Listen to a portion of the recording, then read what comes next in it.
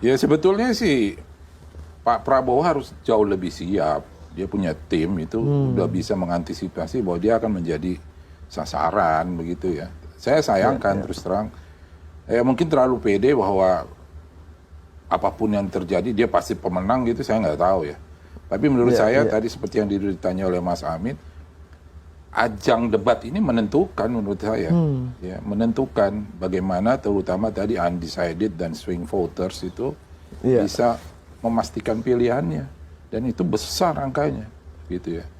Jadi kalau sekarang banyak yang bilang, oh kita suka dengan ketegasan, tegas apa kalau nggak ada faktanya, nggak ada datanya, dan dia tidak bisa jawab bagaimana soal kesejahteraan prajurit dan polisi, nggak ada jawaban beliau, gitu. Sayang menurut saya, karena ini sebetulnya kesempatan justru buat Pak Prabowo untuk memastikan bahwa dia itu calon yang benar, siap dengan solusi, siap dengan visi ke depan, begitu ya. Kalau ada evaluasi tim sukses, kayaknya ini yang akan dibicarakan ya. Kenapa tidak disampaikan itu data-data itu? Gitu. Ya kesempatannya tinggal satu kali untuk capres. Saya hakul yakin kalau debat kelima, fokusnya akan ke Gibran lagi sebagai sasaran tembak menurut saya. Revans bagi Pak Mahfud dan Pak Amin untuk Gibran. Pak, nggak salaman Pak. Iya. Ini apa yang terjadi? Apa yang terjadi nantinya ini?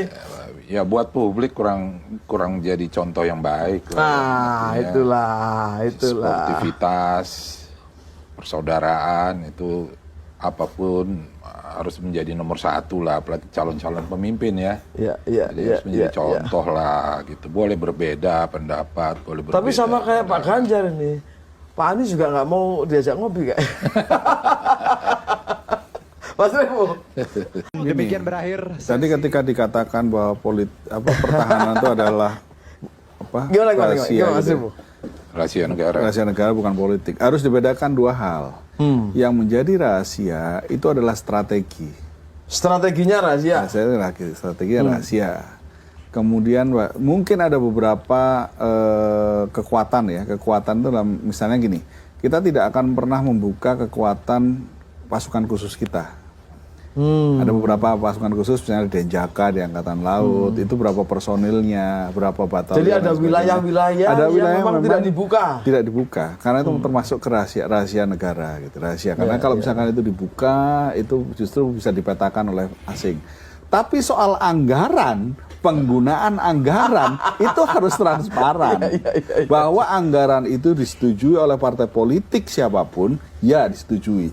Tapi masalah penggunaannya, masalah itu buka. Publik harus tahu. Beda antara yang menandatangani dan para penggunaannya. Ini yang tadi saya agak gemes ketika mendengar penjelasan itu. Memang harus kita sebagai media, termasuk yang ini ya, punya tanggung jawab untuk menjadi bagian dari transparansi itu. Prof, terakhir Prof, sepertinya Pak Prabowo ini ingin mengulangi jawaban di ruang debat ya. Menjelaskan, maksud saya itu begini loh.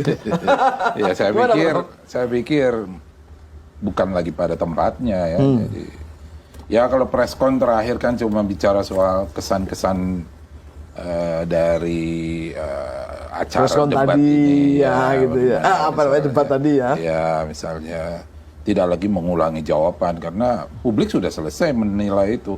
Apa yang disampaikan tadi nggak masuk penilaian lagi gitu. Dan beliau tetap pada posisinya.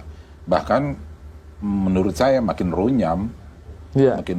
Bahwa tadi soal rahasia tidak politik. Lalu dia bicara di DPR itu bicara politik gitu ya.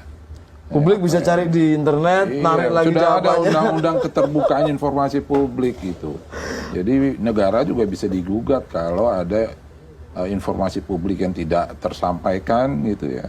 Karena itu juga masalah hak dari segenap warga untuk tahu itu. Gitu. Nanti kayaknya kalau lihat video plus minus, Pak Prabowo juga ngundang kita untuk ngopi nih. Saya nggak datang lah, Bapak berdua aja yang datang. Kebetulan saya nggak ngopi. Oke, terima kasih.